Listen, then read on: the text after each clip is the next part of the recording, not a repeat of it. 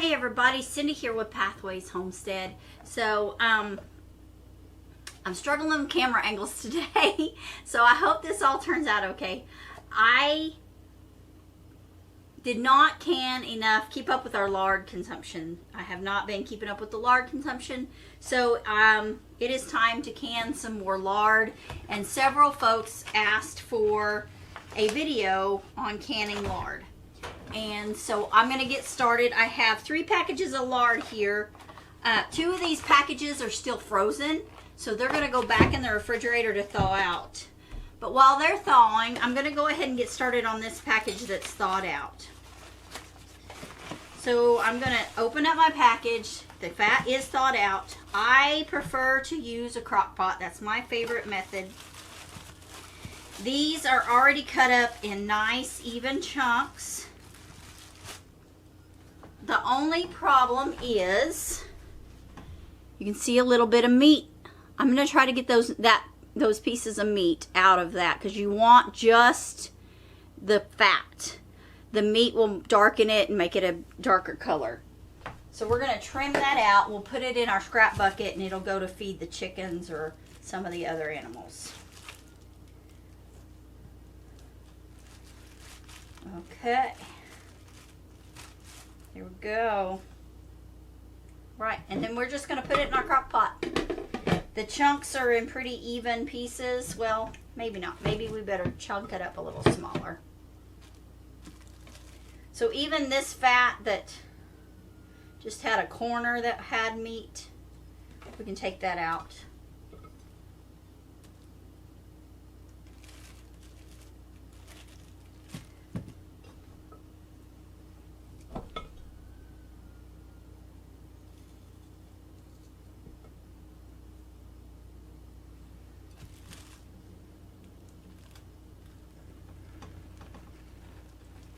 I'm just going to slice this the way the rest of it is kind of sliced and get that taken care of.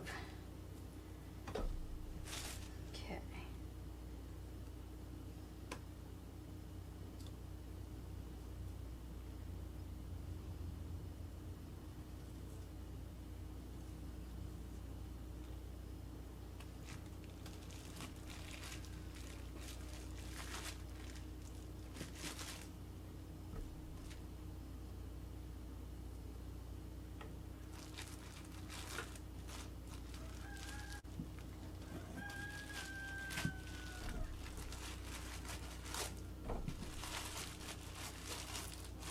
Right, got that lard in there. We're going to turn this crock pot on low.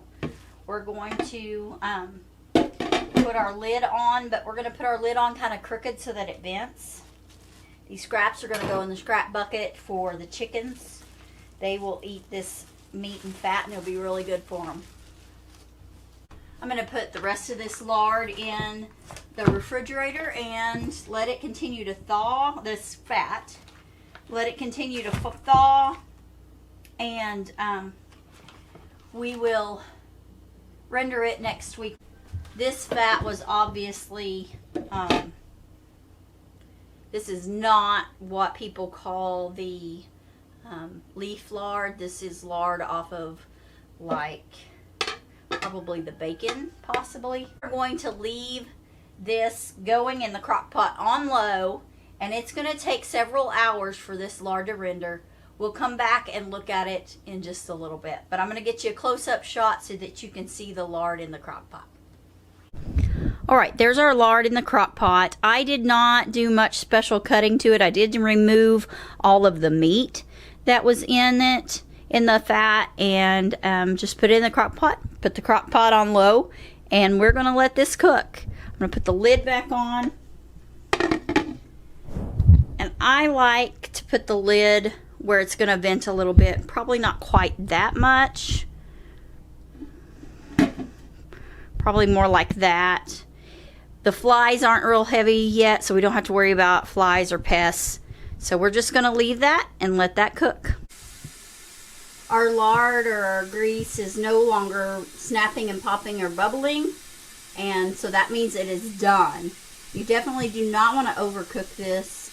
You've got an hour or two leeway.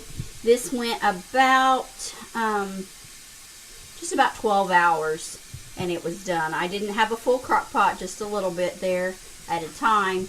And I've got my canner filling with water over there, excuse the dirty dishes, and we're gonna hot water bath this and get it done. So I've got my canner filling with water. I did put a splash of vinegar in there to kind of help the sediment not set. I don't know, you get like a white film on your jars of sediments, and the vinegar helps keep that off. So it just makes things a little prettier.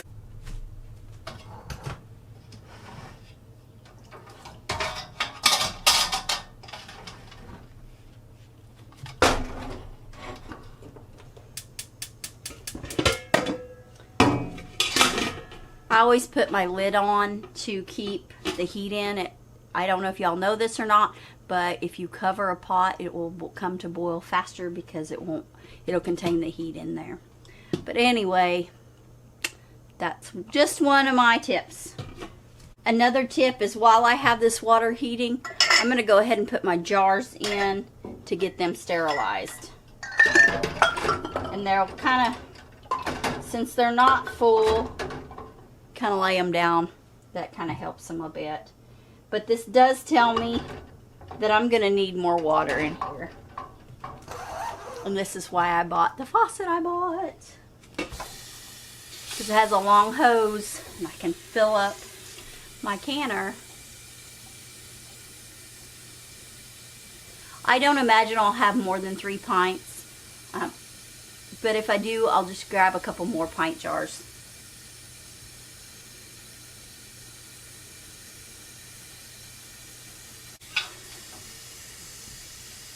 I'm going to fill it to this line here so that I know for sure those 3 jars will be covered with water. And you want at least an inch of water over the top of your jars when they're full. So this water isn't hot enough yet to burn me, so I can easily measure. And I've got, yeah, I need it to come up to here, to the top of this line on the canner. Now if you're going to put more than 3 jars in here, then you don't need as much water because your jars will take up the space. And you've got to also account for the water that's in the jar will be displaced as well. So the more jars you have, the more water that's going to be displaced. So always plan on that. Usually this is a good marker for your pints, about halfway, just below this one. For your quarts, if you're going to do a full canner, pints is about halfway between these 2 marks. For if you're getting a full canner full of jars, quarts is just over this line here. And you can always remove water, but also I have my kettle here so that if I need more boiling water, I can have that ready and have some more extra water. And you can also do a bigger pot as well on the stove to have it boiling as well, to have that extra water in case you need it. But today I like to sterilize my jars in the water, so that helps, you know, except for you've got to account for the water that's going to be displaced. You don't want to overflow it, but the thing is, if you do get it too full, you just pull the water out. As you're loading your jars, if you realize you're going to have too much water, just pull a little bit of water out, and you can hold on to it in case you think you pull too much water out or whatever. But it can be done. So I'm going to let these jars heat up with the water. So I put cold jars in warm water, and they're not cold, but cold as in room temperature. Put them in the warm water. They're going to come up to a boil with the water to sterilize them. And then we'll pull them out, dry them, and put our lard in them. Okay, so we've got our canner boiling. I'm going to get the jar lifter and get those jars out.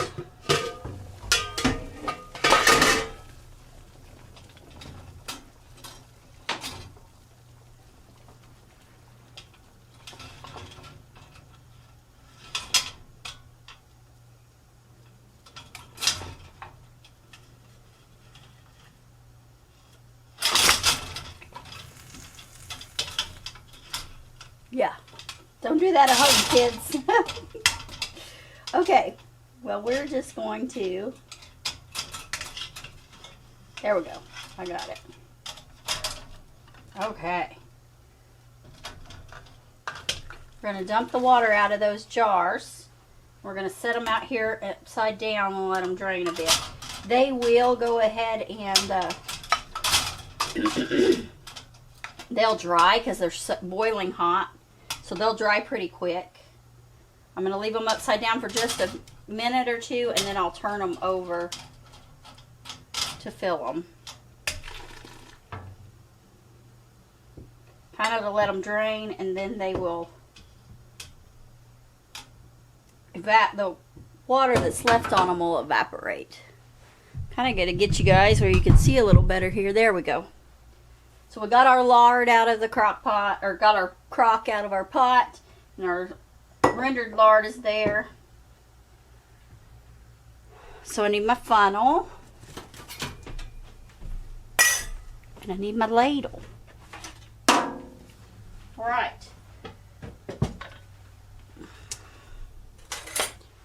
I have a little sieve I use. You can use some cheesecloth or an old cloth to strain it with, but I don't mind little bits. But I do attempt to not get them. And if I have a jar that's not full, the bits usually are in the very last jar.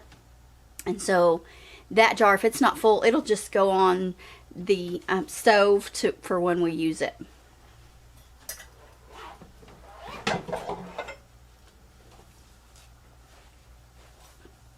And then I just ladle it off.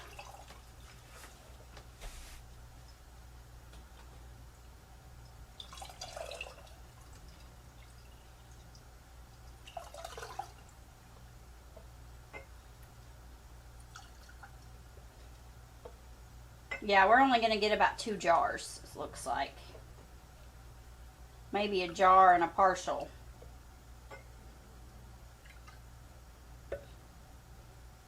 This may not have been worth getting the canner ready for.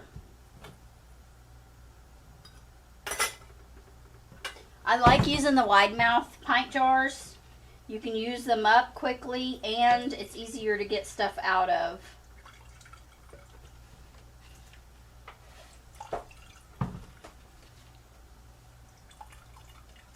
I think I am going to switch to a bigger sieve. Here we go. I'm going to switch to my bigger sieve, and I know, I'm sorry, you really can't see much.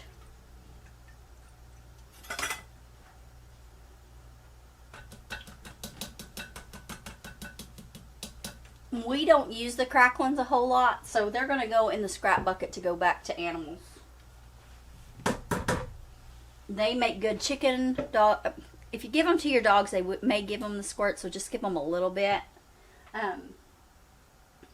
But they make great treats for your dog. They're good in cornbread.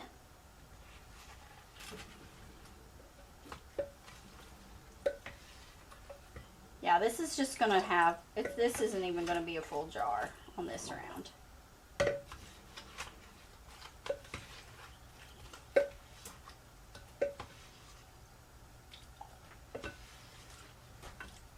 And you can do one of two things. Like I said, I like to put mine out on the counter, or excuse me, out on the stove and use it. The one that's not going to be full.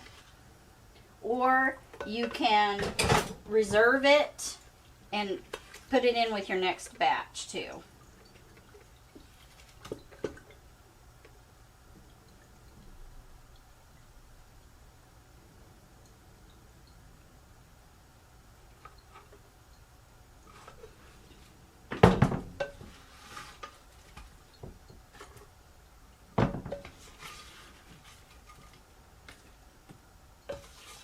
Went ahead and switched to the big sieve so I could pull the cracklings out and put them in the sieve to let some more grease drain out of them.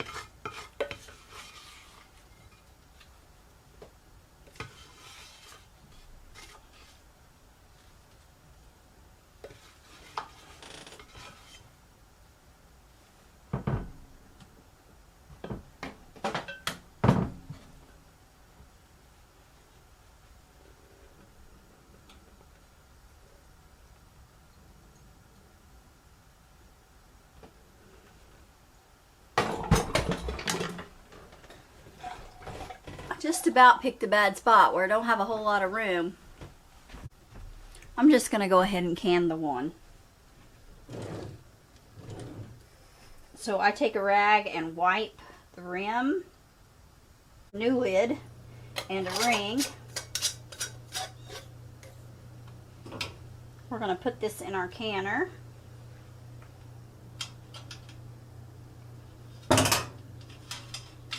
Drop it down in the water. There's plenty of water. Cover it back up. Let it return to a boil. We're going to boil it 10 minutes in this hot water bath canner. Okay, so it's come to a boil. I'm going to set my timer on my stove so that I don't forget it for 10 minutes.